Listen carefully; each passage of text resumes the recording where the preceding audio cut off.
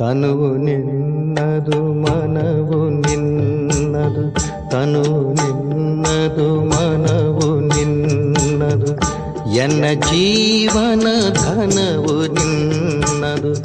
ನಾನು ನಿನ್ನವನೆಂಬ ಹೆಮ್ಮೆಯ ಋಣವು ಮಾತ್ರವೇ ನನ್ನದು.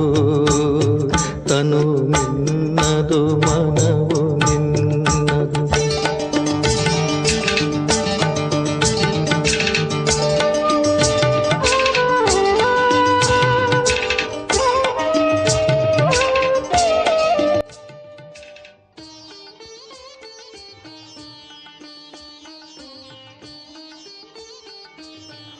ಓಂ ಶಾಂತಿ. ಮುರಳಿ ದಿನಾಂಕ 18/7/2026. ಈಶ್ವರನ ಮಧುರ ಮಹಾವಾಕ್ಯಗಳು. ಮಧುರ ಮಕ್ಕಳೇ, ಈ ಹಳೆಯ ಜಗತ್ತಲ್ಲಿ ಯಾವ ಪ್ರಕಾರದ ಇಚ್ಛೆಗಳು ಮನುಷ್ಯರು ಇಟ್ಕೊಳ್ತಾರೆ, ಅಂತಹ ಇಚ್ಛೆಗಳನ್ನು ನೀವು ಇಟ್ಕೊಳ್ಬಾರ್ದು. ಏಕೆಂದ್ರೆ ಪ್ರಪಂಚ ಈಗ ವಿನಾಶ ಆಗಲಿದೆ. ಪ್ರಶ್ನೆ ಆಗಿದೆ, ಸಂಗಮ್ ಯುಗದಲ್ಲಿ ಯಾವ ಇಚ್ಛೆ ಇಟ್ಕೊಂಡ್ರೆ ಎಲ್ಲ ಇಚ್ಛೆಗಳು ಸದಾ ಕಾಲಕ್ಕೋಸ್ಕರ ಪೂರ್ಣ ಆಗ್ತವೆ? ಉತ್ತರ ಆಗಿದೆ, ನಾವು ಪಾವನಾಗಿ ತಂದೆಯನ್ನು ನೆನಪು ಮಾಡಿ ಅವರಿಂದ ಪೂರ್ಣ ಆಸ್ತಿ ಪಡೆಯಬೇಕು. ಕೇವಲ ಈ ಇಚ್ಛೆ ಇರಲಿ. ಈ ಇಚ್ಛೆಯಿಂದ ಸದಾ ಕಾಲಕ್ಕೋಸ್ಕರ ಎಲ್ಲ ಇಚ್ಛೆಗಳು ಪೂರ್ಣ ಆಗುವವು. ಆಯುಷ್ವಾನುಭವ, ಪುತ್ರವಾನುಭವ, ಧನವಾನುಭವ ಇತ್ಯಾದಿ ಎಲ್ಲ ವರದಾನಗಳು ಸಿಗ್ತವೆ.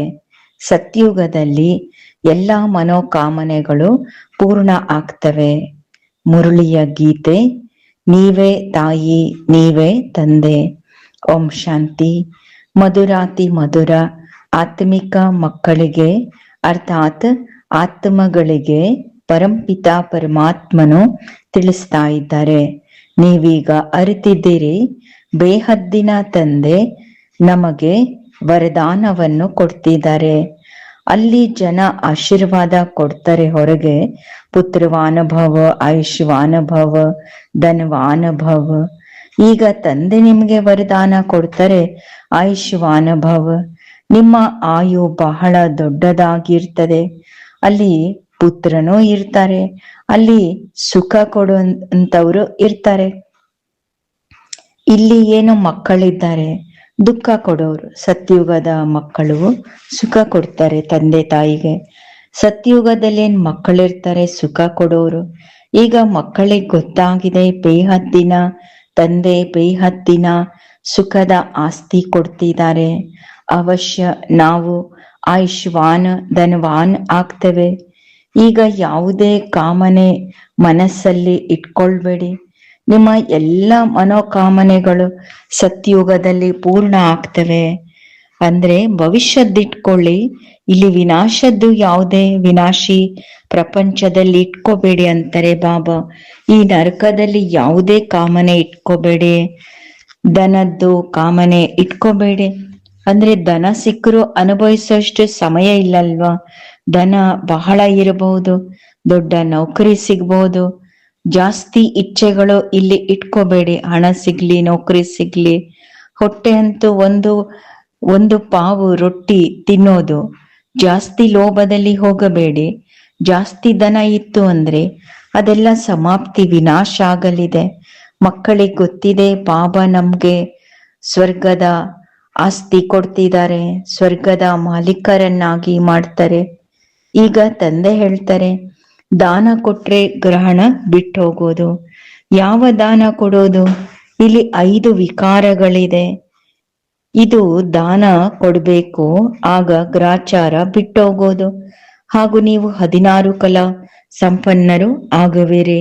ಈಗ ತಿಳ್ಕೊಂಡಿರಿ, ನಾವು ಸರ್ವಗುಣ ಸಂಪನ್ನರು, 16 ಕಲಾ ಸಂಪೂರ್ಣರಿಲ್ಲಿ ಆಗ್ಬೇಕು.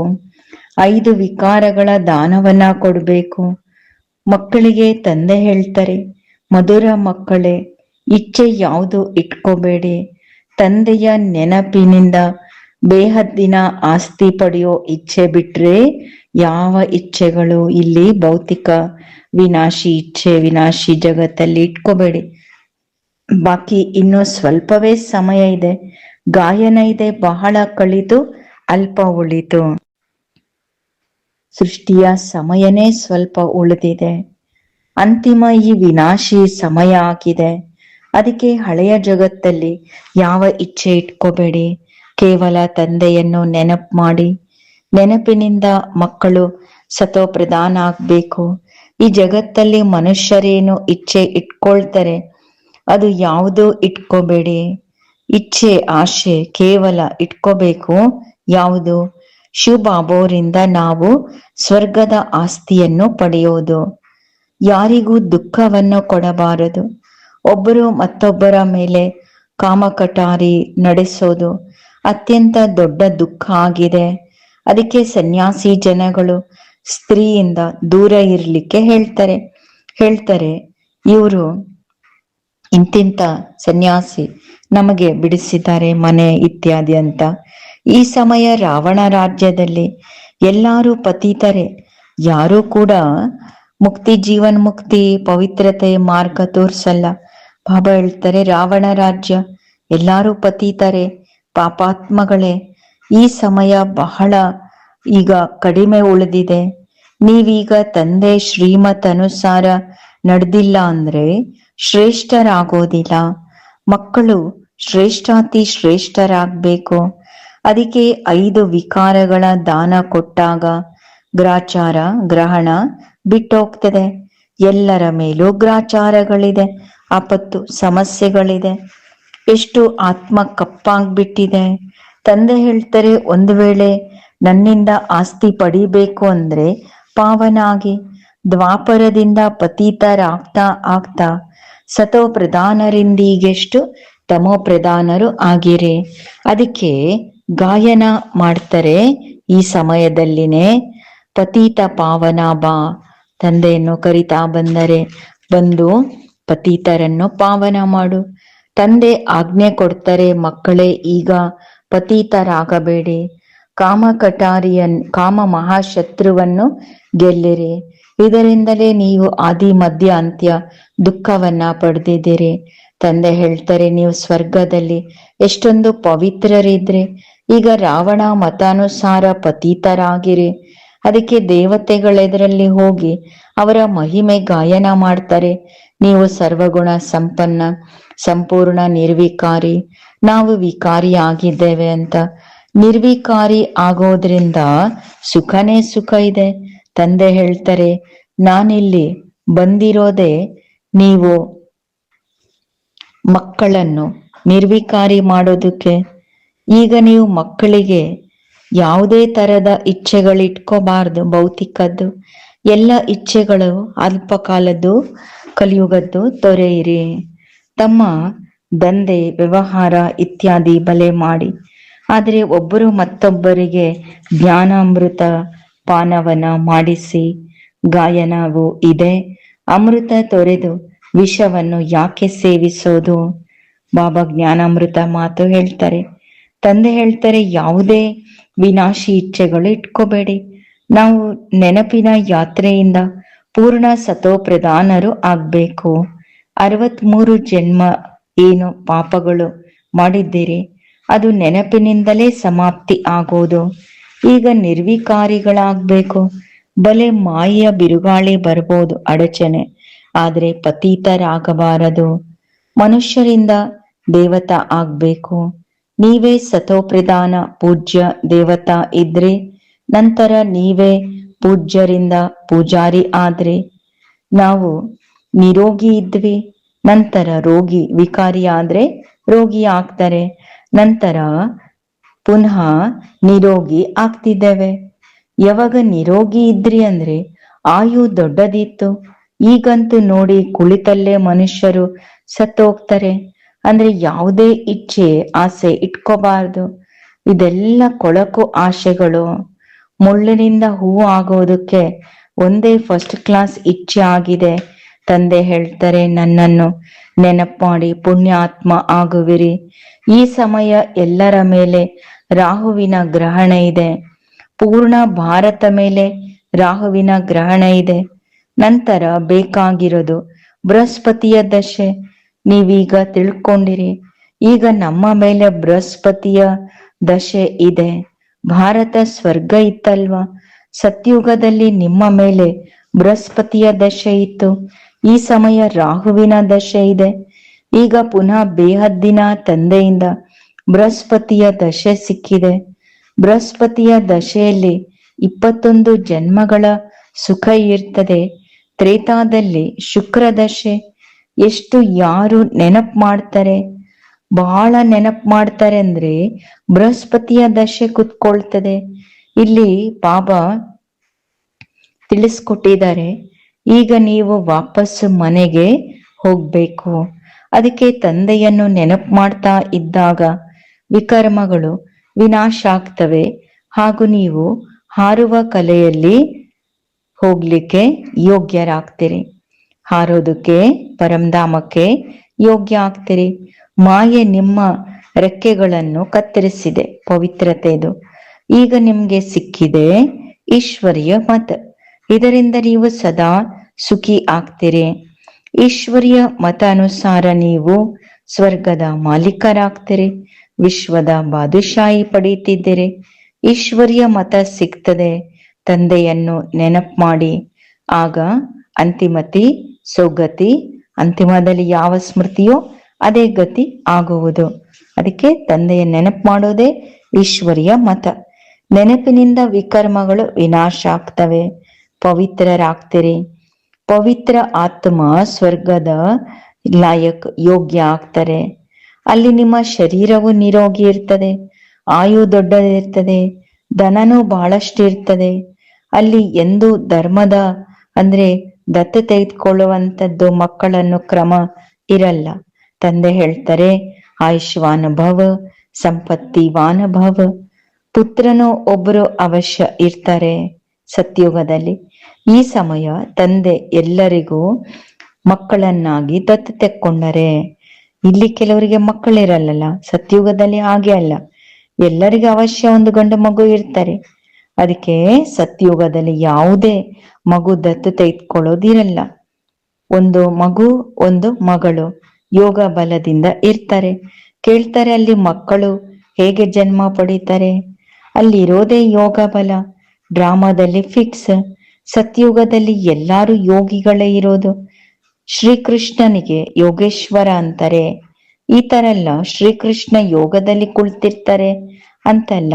ಯೋಗ ತಪಸ್ವಿಯಿಂದ ಅಂತಹ ಪ್ರಾಲಬ್ಧಿ ಪಡೆದಿರೋರು. ಅದಕ್ಕೆ ತಪಸ್ಸಿನ ಬಲದ ಪ್ರಾಲಬ್ಧಿ ಅಲ್ವಾ? ಅದಕ್ಕೆ ಯೋಗೇಶ್ವರ ಅಂತಾರೆ. ಪೂರ್ಣ ಪವಿತ್ರ ಯೋಗಿ ಆಗಿದ್ದಾರೆ ಅವರು. ಈಶ್ವರ ಎಲ್ಲರನ್ನು ಯೋಗೇಶ್ವರ್ ಮಾಡಿದ್ದಾರೆ. ಅಂದ್ರೆ ಭವಿಷ್ಯದಲ್ಲಿ ಯೋಗಿ ಆಗಿರ್ತಾರೆ. ತಂದೆ ಯೋಗಿ ಮಾಡಿದ್ದಾರೆ. ಯೋಗಿಗಳ ಆಯು ದೊಡ್ಡದಿರ್ತದೆ, ಭೋಗಿಗಳ ಆಯು ಚಿಕ್ಕದಿರ್ತದೆ. ಈಶ್ವರ ಮಕ್ಕಳನ್ನು ಪವಿತ್ರ ಮಾಡಿ ಯೋಗ ಕಲಿಸಿ ದೇವತಾ ಮಾಡ್ತಾರೆ. ಅದಕ್ಕೆ ಯೋಗಿ. ಯೋಗಿ ಅಥವಾ ಋಷಿ ಪವಿತ್ರರಿರ್ತಾರೆ.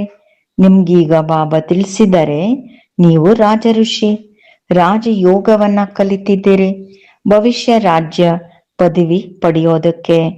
ಈ ಸಮಯ ತಂದೆಯನ್ನು ನೆನಪು ಮಾಡಬೇಕು. ಇಲ್ಲಿ ಯಾವುದೇ ಉಲ್ಟಾ ಅಶುದ್ಧ ಅಲ್ಪಕಾಲದ ಆಸೆ ಇಟ್ಕೋಬಾರ್ದು. ಮಕ್ಕಳು ಹುಟ್ಟಬೇಕು, ಜನ್ಮ ಪಡಿಬೇಕು, ಮತ್ತೆ ವಿಕಾರದಲ್ಲಿ ಬೀಳೋದಲ್ವಾ? ಮಕ್ಕಳು ಬೇಕು ಅಂದ್ರೆ ವಿಕಾರದಲ್ಲಿ ಬೀಳ್ತಾರೆ. ಕಾಮ್ ಕಟಾರಿ ನಡೆಸೋದು. ದೇಹ ಅಭಿಮಾನಿ ಕಾಮ್ ಕಟಾರಿ ನಡೆಸ್ತಾರೆ, ದೇಹಿ ಅಭಿಮಾನಿ ಕಾಮ್ ಕಟಾರಿ ನಡೆಸಲ್ಲ. ತಂದೆ ಹೇಳ್ತಾರೆ, ಪವಿತ್ರರಾಗಿ ಆತ್ಮಗಳೊಂದಿಗೆ ಮಾತಾಡ್ತಾರೆ. ಈಗ ಇಲ್ಲಿ ಕಾಮ ಕಟಾರಿ ನಡೆಸಬೇಡಿ. ಪವಿತ್ರರಾದಾಗ ನಿಮ್ಮ ಎಲ್ಲಾ ದುಃಖ ದೂರ ಆಗ್ತವೆ. ಸ್ವರ್ಗದ ಮಾಲೀಕರನ್ನಾಗಿ ನಿಮ್ಮನ್ನು ತಂದೆ ಇಲ್ಲಿ ಮಾಡ್ತಾ ಇದ್ದಾರೆ. ತಂದೆ ಎಷ್ಟು ಸುಖ ಕೊಡ್ತಾರೆ. ಅದಕ್ಕೆ ತಂದೆಯಿಂದ ಪೂರ್ಣ ಆಸ್ತಿಯನ್ನು ಪಡಿಬೇಕು.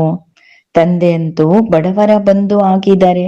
ಗಾಯನ ಇದೆ, ಸುಧಾಮನ 2 ಮುಷ್ಟಿ ಅಕ್ಕಿ, 1 ಮುಷ್ಟಿಯಷ್ಟು ಅಕ್ಕಿ ಸುಧಾಮನದು ತಕೊಂಡು ಒಂದು ಮಹಲೆ, ಸುಧಾಮ ಮುಷ್ಟಿಯಷ್ಟು ಕೊಟ್ಟು ಮಹಲೆ ಪಡ್ದಾನೆ. ಬಾಬಾ 21 ಜನ್ಮಗಳಿಗೆ ಆಸ್ತಿ ಕೊಡ್ತಿದ್ದಾರೆ. ಇದು ಅರ್ಥ ಮಾಡ್ಕೊಂಡಿರಿ. ಈಗ ನಾವು ವಾಪಸ್ ಮನೆಗೆ ಹೋಗ್ಬೇಕು. ಶಿವಬಾಬಾ ಅವರ ಸ್ಥಾಪನೆಯ ಕಾರ್ಯದಲ್ಲಿ ಎಷ್ಟು ಸಹಯೋಗ ಕೊಡ್ತೀರಿ, ಅಷ್ಟು ಜಮಾ, ಅಷ್ಟು ಪ್ರಾಪ್ತಿ, ರಿಟರ್ನ್, ಧನ, ಸೇವಾ, ತನು, ಮನ ಇತ್ಯಾದಿ. ಮನೆಯಲ್ಲಿ ಯೂನಿವರ್ಸಿಟಿ ಅಥವಾ ಹಾಸ್ಪಿಟಲ್ ಇದನ್ನು ತೆರೆಯಿರಿ. ಬೋರ್ಡ್ ಮೇಲೆ ಬರೀರಿ, ಸೋದರಿಯರೇ ಮತ್ತು ಸೋದರರೇ, 21 ಜನ್ಮಗಳಿಗೆ ಸದಾ ಆರೋಗ್ಯವಂತರು, ಸಂಪತ್ತಿವಾನರು ಆಗಬೇಕು ಅಂದ್ರೆ ಬಂದು ಈ ಜ್ಞಾನ ತಿಳ್ಕೊಳ್ಳಿ. ನಾವು 1 ಸೆಕೆಂಡಲ್ಲಿ ಸದಾ ಆರೋಗ್ಯವಂತರು, ಸಂಪತ್ತಿವಾನರಾಗ್ಲಿಕ್ಕೆ ದಾರಿ ತೋರಿಸ್ತೇವೆ. ಈ ತರ ಹೇಳಿ. ನೀವು ಸರ್ಜನ್ ಆಗಿದ್ದೀರಲ್ವಾ? ಶಿವಬಾಬಾ ಸರ್ಜನ್. ಆದ್ರೆ ಬಾಬಾ ಹೇಳ್ತಾರೆ, ನೀವು ಮಕ್ಕಳು ಸರ್ಜನ್ ಆಗಿರಲ್ವಾ? ಸರ್ಜನ್ ಅಂದ್ರೆ ಬೋರ್ಡ್ ಅವಶ್ಯ. ಡಾಕ್ಟರ್ಸ್ ಮನೆಗೆ ಬೋರ್ಡ್ ಹಾಕೊಂತಾರೆ. ಇಲ್ಲಾಂದ್ರೆ ಮನುಷ್ಯರಿಗೆ ಹೇಗೆ ಗೊತ್ತಾಗೋದಿದೆ ಡಾಕ್ಟರ್ ಮನೆ? ಎಮರ್ಜೆನ್ಸಿ ಬಂದು ಏನಾದ್ರೂ ಸಜೆಷನ್, ಮೆಡಿಸನ್, ಟ್ರೀಟ್ಮೆಂಟ್ ತಗೊಳ್ತಾರಲ್ವಾ? ಅದಕ್ಕೆ ಡಾಕ್ಟರ್ಗಳ ಮನೆ ಮುಂದೆ ಇವತ್ತು ರೈಲ್ವೆ ಫಾರಂಗಳಲ್ಲೂ ಡಾಕ್ಟರ್ ಅಂತ ಮೆನ್ಷನ್ ಮಾಡಬೇಕು. ನೀವು ನಿಮ್ಮ ಮನೆ ಹೊರಗೆ ಬೋರ್ಡ್ ಹಾಕಿಬಿಡಿ. ನೀವು ಆತ್ಮಿಕ ಸರ್ಜನ್ ಅಲ್ವಾ? ಯಾರೇ ಬಂದ್ರೂ ಅವರಿಗೆ 2 ಜನ ತಂದೆಯ ರಹಸ್ಯ ಹೇಳಿ. ಹದ್ದಿನ ಶರೀರ ತಂದೆಯಿಂದ ಹದ್ದಿನ ಆಸ್ತಿ ಪಡಿತಾ ಬಂದಿರಿ. ಬೇಹದ್ದಿನ ತಂದೆ ಹೇಳ್ತಾರೆ, ನಿರಂತರ ನೆನಪು ಮಾಡಿದ್ರೆ ಬೇಹದ್ದಿನ ಆಸ್ತಿ ಸಿಗೋದು. ಪ್ರೊಜೆಕ್ಟರು ಪ್ರದರ್ಶನಿಯಲ್ಲಿ ಮೊದಲು ಇದನ್ನು ಹೇಳಿ. ಈ ಪುರುಷಾರ್ಥದಿಂದ ನೀವು ಈ ರೀತಿ ಆಗ್ತೀರಿ. ಈಗ ಸಂಗಮ ಯುಗ, ಕಲಿಯುಗದಿಂದ ಸತ್ಯುಗ ಆಗಬೇಕು. ನೀವು ಭಾರತವಾಸಿ, ಸತೋ ಪ್ರಧಾನ ಇದ್ರಿ, ಈಗ ತಮೋ ಪ್ರಧಾನ ಆಗಿರಿ. ಈಗ ತಂದೆ ಹೇಳ್ತಾರೆ, ನನ್ನನ್ನು ನೆನಪು ಮಾಡಿದಾಗ ಸ್ವರ್ಗದ ಮಾಲೀಕರಾಗುವಿರಿ. ಅಕ್ಷರನೇ 2 ಬಿಂದು. ತಂದೆಯನ್ನು ನೆನಪು ಮಾಡಿದ್ರೆ ಬಾದಶಾಹಿ ನಿಮ್ಮದು. ಈ ನೆನಪಿಂದ ಖುಷಿಯಲ್ಲಿರ್ತೀರಿ. ಈ ಕೊಳಕು ಜಗತ್ತಲ್ಲಿ ಯಾವುದೇ ಪ್ರಕಾರದ ಇಚ್ಛೆ ಇಟ್ಕೋಬೇಡಿ. ಇಲ್ಲಿ ನೀವು ಪುರುಷಾರ್ಥ ಮಾಡ್ತೀರಿ. ಬದುಕಿರುವಾಗನೇ ಸಾಯುವಂಥದ್ದು, ಅರ್ಥಾತ್ ನಷ್ಟಮೋಹಿ ಆಗೋದು. ಅಲ್ಲಿ ಸತ್ತ ನಂತರ ಹೇಳ್ತಾರೆ ಸ್ವರ್ಗವಾಸಿಯಾದ್ರು. ನೀವೆಲ್ಲರಿಗೂ ಹೇಳ್ತೀರಿ, ನಾವು ಸ್ವರ್ಗವಾಸಿ ಆಗೋದಕ್ಕೆ ತಂದೆಯನ್ನು ಈಗ ನೆನ್ಪು ಮಾಡ್ತೇವೆ. ಇದರಿಂದ ಬೇಹದ್ದಿನ ಸುಖ ಸಿಗೋದು. ತಂದೆಯ ನೆನಪಿನಿಂದ ನೀವು ಎಂದು ಅಳೋದು, ಒಡ್ಕೊಳ್ಳೋದು, ದುಃಖದಲ್ಲಿ ಹೊಡ್ಕೊಂಡು ಅಳ್ತಾರಲ್ವಾ, ಆ ತರ ಇರಲ್ಲ. ಅಷ್ಟು ಸುಖ, ಆನಂದ, ಖುಷಿ ಇರ್ತದೆ ತಂದೆ ನೆನಪಿಂದ. ಬಿರುಗಾಳಿ ಮಾಯವು ಬರ್ತವೆ, ಆದ್ರೆ ವಿಚಾರ ಮಾಡಬೇಡಿ. ಮಾಯೆ ಬಿರುಗಾಳಿ ಅಂತೂ ಬರೋವೆ. ಇಲ್ಲಿ ಯುದ್ಧ ಆಗಿದೆ ಮಾಯೆ ಜೊತೆ. ಸಂಕಲ್ಪಗಳು, ವಿಕಲ್ಪಗಳು ಬರ್ತವೆ. ಆದ್ರೆ ಸಮಯ ಅಂತೂ ವ್ಯರ್ಥ ಹೋಗ್ಬಿಡ್ತದೆ ಅದರಲ್ಲಿ, ಹೋರಾಟದಲ್ಲಿ. ಮಾಯೆ ಬಿರುಗಾಳಿ ಅಂತೂ ಪಾಸ್ ಮಾಡ್ತೀರಿ. ಸದಾ ಏನು ನಿಲ್ತವೆ ನಾವು? ಬೆಳಗ್ಗೆ ಎದ್ದು ತಂದೆಯನ್ನು ನೆನಪು ಮಾಡ್ಬೇಕು. ನೆನಪಿನಿಂದ ಆಸ್ತಿ ಪಡಿತೀರಿ. ಈ ಗುಂಗು ಒಳಗಡೆ ಸದಾ ಇರಬೇಕು. ತಂದೆ ಬೇರೆ ಯಾವುದೇ ಕಷ್ಟ ಕೊಡಲ್ಲ, ಕೇವಲ ತಂದೆ ನೆನ್ಪು ಮಾಡೋದು. ಇದೇ ಗುಂಗು ಒಳಗಿರ್ಲಿ. ಎಲ್ಲರಿಗೂ ಎಲ್ಲರನ್ನು ಮರ್ತೆ ಬಿಡಿ. ಯಾವ ತರ ಸ್ಥಿತಿ ಶುಭಾವರ್ ನೆನಪಲ್ಲಿರ್ಬೇಕು? ಮಗ್ನ ಅಂದ್ರೆ ಎಲ್ಲರೂ ಸತ್ತು ಬಿಟ್ಟಿದ್ದಾರೆ ನಮ್ಮ ಪಾಲಿಗೆ. ಈ ದೇಹದಾರಿ ಎಲ್ಲ ಪರಸ್ಪರ ಈ ಮಾತುಗಳ ಜ್ಞಾನದ ಚರ್ಚೆಯೇ ಮಾಡಿ. ಬಾಬಾ ಈಗಂತೂ ಕೇವಲ ನಿಮ್ಮನ್ನೇ ನೆನ್ಪು ಮಾಡ್ತೇವೆ, ನಿಮ್ಮಿಂದ ಸ್ವರ್ಗದ ಆಸ್ತಿ ಪಡಿತೇವೆ. ಟೈಮ್ ಇಟ್ಟು ಬಿಡಿ. ನಾವು 3-4 ಗಂಟೆ ಅವಶ್ಯ ಎದ್ದು ತಂದೆ ನೆನಪು ಮಾಡ್ತೇವೆ. ಸೃಷ್ಟಿ ಚಕ್ರ ನೆನ್ಪು ಮಾಡ್ಬೇಕು. ತಂದೆ ನಮ್ಗೆ ರಚನೆಯ ಜ್ಞಾನ ಕೊಟ್ಟಿದ್ದಾರೆ. ನಾವು ಈ ಮನುಷ್ಯ ಸೃಷ್ಟಿ ವೃಕ್ಷವನ್ನು ಅರ್ತಿದ್ದೇವೆ. ನಾವು 21 ಜನ್ಮ ಹೇಗೆ ಪಡಿತೇವೆ? ಇದು ಬುದ್ಧಿಯಲ್ಲಿದೆ. ಈಗ ಪುನಃ ನಾವು ಹೋಗ್ತೇವೆ ಸ್ವರ್ಗದಲ್ಲಿ. ನಂತರ ಬಂದು ಪಾತ್ರ ನಿರ್ವಹಿಸ್ತೇವೆ. ನಾವು ಆತ್ಮ ಆಗಿದ್ದೇವೆ. ಆತ್ಮಕ್ಕೆ ರಾಜ್ಯ ಸಿಗೋದು. ತಂದೆಯ ನೆನಪಿಂದ ಸ್ವರ್ಗದ ಹಕ್ಕದಾರ ಆಗ್ತೀರಿ. ಇಲ್ಲಿರೋದು ರಾಜಯೋಗ. ತಂದೆಯನ್ನು ನೆನಪು ಮಾಡಬೇಕು. ಬೇಹದ್ದಿನ ತಂದೆ ಮೂಲಕ ಅನೇಕ ಬಾರಿ ವಿಶ್ವದ ಮಾಲೀಕರಾಗಿದ್ದೀರಿ. ನಂತರ ನರಕವಾಸಿಯಾಗಿರಿ. ಈಗ ಪುನಃ ಸ್ವರ್ಗವಾಸಿ ಆಗ್ತೀರಿ ಒಬ್ಬ ತಂದೆಯ ನೆನಪಿನಿಂದ. ತಂದೆ ನೆನಪಿಂದ ಪಾಪ ಭಸ್ಮ ಆಗ್ತವೆ. ಅದಕ್ಕೆ ಯೋಗಾಗ್ನಿ ಎಂದು ಕರೆಯೋದು. ನೀವು ಬ್ರಾಹ್ಮಣರು, ರಾಜಋಷಿ. ಋಷಿ ಸದಾ ಪವಿತ್ರ ಇರ್ತಾರೆ. ತಂದೆ ನೆನ್ಪು ಮಾಡಿ ಮತ್ತು ರಾಜ್ಯದ ಆಸ್ತಿ ಪಡಿತೀರಿ. ಇಲ್ಲಿ ವಿಕಾರಕ್ಕೋಸ್ಕರ ಯಾವುದೇ ಇಚ್ಛೆ ಇಟ್ಕೋಬಾರ್ದು. ವಿಕಾರಿ ಆಗ್ಬೇಕು, ಮಕ್ಕಳು ಹುಟ್ಟಿಸ್ಬೇಕು ಅಂತದೆಲ್ಲ ಭೌತಿಕ ವಿನಾಶಿ ವಿಕಾರಿ ಇಚ್ಛೆ ಇರಬಾರ್ದು. ಇದು ಕೊಳಕು ಇಚ್ಛೆಗಳಾಗಿದೆ. ಈಗಂತೂ ಪಾರಲೌಕಿಕ ತಂದೆಯಿಂದ ಆಸ್ತಿ ಪಡಿಬೇಕು. ಕಾಯಿಲೆ ಬೀಳ್ತಾರಂದ್ರೆ ಕಾಯಿಲೆ ಇರುವ ಸಮಯದಲ್ಲೂ ಕೂಡ ತಂದೆಯನ್ನು ನೆನಪು ಮಾಡ್ಬೋದು. ಮಕ್ಕಳು ತಂದೆಗೆ ಮಕ್ಕಳು ಬಹಳ ಪ್ರಿಯರಾಗಿರ್ತಾರೆ. ಪ್ರೀತಿ ಇರ್ತದೆ. ಬಾಬನಿಗೆ ಎಷ್ಟು ಮಕ್ಕಳಿಗೆ ಪತ್ರ ಇತ್ಯಾದಿ ಬರೀಬೇಕು. ಬಾಬಾ ಅವರ ಪತ್ರಕ್ಕೆ ರಿಪ್ಲೈ ಬರೀಬೇಕು. ಶಿವಬಾಬಾ ಬ್ರಹ್ಮನ ಕೈಯಿಂದ ಬರೆಸ್ತಾರೆ. ನೀವು ಪತ್ರ ಬರೀತೀರಿ. ಶಿವಬಾಬಾ ಕೇರ್ ಆಫ್ ಬ್ರಹ್ಮ. ನಾವೆಲ್ಲ ಶಿವಬಾಬನ ಮಕ್ಕಳು, ಸೋದರರು. ಆತ್ಮಿಕ ತಂದೆ ಬಂದು ನಮ್ಮನ್ನು ಪಾವನ ಮಾಡ್ತಾರೆ. ಅದಕ್ಕೆ ಪತೀತ ಪಾವನ ಅಂತಾರೆ. ಸರ್ವ ಆತ್ಮರನ್ನು ಪಾವನ ಮಾಡ್ತಾರೆ. ಯಾರನ್ನೂ ಬಿಡೋದಿಲ್ಲ. ಪ್ರಕೃತಿಯೂ ಪಾವನ ಆಗುವುದು. ಈಗ ತಿಳ್ಕೊಂಡಿರಿ, ಸತ್ಯುಗದಲ್ಲಿ ಪ್ರಕೃತಿ ಪಾವನ ಅವಸ್ಥೆಯಲ್ಲಿ ಇರ್ತದೆ. ಈಗ ಶರೀರ ಪತೀತ. ಅದಕ್ಕೆ ಗಂಗಾದಲ್ಲಿ ಈಗ ಶರೀರ ಪತೀತ ಆಗಿದೆ. ಅದಕ್ಕೆ ಗಂಗೆಯಲ್ಲಿ ಶರೀರವನ್ನ ತೊಳಿತಾರೆ. ಆದ್ರೆ ಆತ್ಮ ಪಾವನ ಆಗೋದಿಲ್ಲ ಗಂಗಾ ನದಿ ಸ್ನಾನದಿಂದ. ಅಲ್ಲಿ ಅಂತೂ ಆತ್ಮ ಪಾವನ ಆಗ್ಲಿಕ್ಕೆ ಇಲ್ಲಿ ಯೋಗ ಅಗ್ನಿ ಬೇಕು. ಯೋಗ ಅಗ್ನಿಯಿಂದ ಆತ್ಮ ಪಾವನ ಆಗೋದು ಒಳ್ಳೇದು. ಮಧುರಾತಿ ಮಧುರ ಅಗಲಿ ಮರಳಿ ಸಿಕ್ಕಿರುವಂತ ಆತ್ಮಿಕ ಮಕ್ಕಳಿಗೆ ಮಾತ್ಪಿತಾ ಬಾಪ್ ದಾದಾರವರ ನೆನಪು, ಪ್ರೀತಿ ಮತ್ತು ಸುಪ್ರಭಾತ್. ಆತ್ಮಿಕ ತಂದೆಯದು ಆತ್ಮಿಕ ಮಕ್ಕಳಿಗೆ ನಮಸ್ತೆ. ಆತ್ಮಿಕ ಮಕ್ಕಳದು ಆತ್ಮಿಕ ತಂದೆಗೆ ನೆನಪು, ಪ್ರೀತಿ, ಸುಪ್ರಭಾತ್. ನಮಸ್ತೆ ನಮಸ್ತೆ ನಮಸ್ತೆ. ಧಾರಣೆಗೋಸ್ಕರ ಮುಖ್ಯ ಸಾರ. ಈ ಕಲಿಯುಗಿ ಜಗತ್ತಲ್ಲಿ ಯಾವುದೇ ತರದ ಉಲ್ಟಾ ಅಶುದ್ಧ ಇಚ್ಛೆಗಳು ಇಟ್ಕೊಳ್ಬಾರ್ದು. ಸಂಪೂರ್ಣ ಸತೋಪ್ರಧಾನ ಆಗೋದಕ್ಕೆ ಈಶ್ವರಿಯ ಮತಾನುಸಾರ ನಡಿಬೇಕು. ಎರಡನೇದು, ಪಾವನರಾಗಿ ವಾಪಸ್ ಮನೆಗೆ ನಡೆಯಬೇಕು. ಇದೊಂದೇ ಇಚ್ಛೆ ಇಟ್ಕೋಬೇಕು. ಅಂತಿಮತೆ ಸೋಗತಿ. ಮಾಯೆಯ ಬಿರುಗಾಳಿಯಲ್ಲಿ ಸಮಯ ವ್ಯರ್ಥ ಕಳೆಯಬಾರದು. ವರದಾನ ಆಗಿದೆ, ಸದಾ ಶಕ್ತಿಶಾಲಿ ವೃತ್ತಿ ಮೂಲಕ ಬೇಹದ್ದಿನ ಸೇವೆಯಲ್ಲೇ ತತ್ಪರರಾಗಿರುವಂತ ಹದ್ದಿನ ಮಾತುಗಳಿಂದ ಮುಕ್ತರಾಗಿರಿ. ಹೇಗೆ ಸಾಕಾರ ತಂದೆಗೆ ಸೇವೆಯ ವಿನಃ ಏನೂ ಕಾಣಿಸ್ತಾ ಇದ್ದಿಲ್ಲ, ಅದೇ ತರ ನೀವು ಮಕ್ಕಳು ತಮ್ಮ ಶಕ್ತಿಶಾಲಿ ವೃತ್ತಿ ಮೂಲಕ ಬೇಹದ್ದಿನ ಸೇವೆಯಲ್ಲಿ ಸದಾ ತತ್ಪರರಾದಾಗ ಹದ್ದಿನ ಮಾತುಗಳು ಸ್ವತಃ ಸಮಾಪ್ತಿ ಆಗುವವು. ಹದ್ದಿನ ಮಾತಲ್ಲಿ ಸಮಯ ಕೊಡೋದು ಇದು ಗೊಂಬೆಗಳ ಆಟ.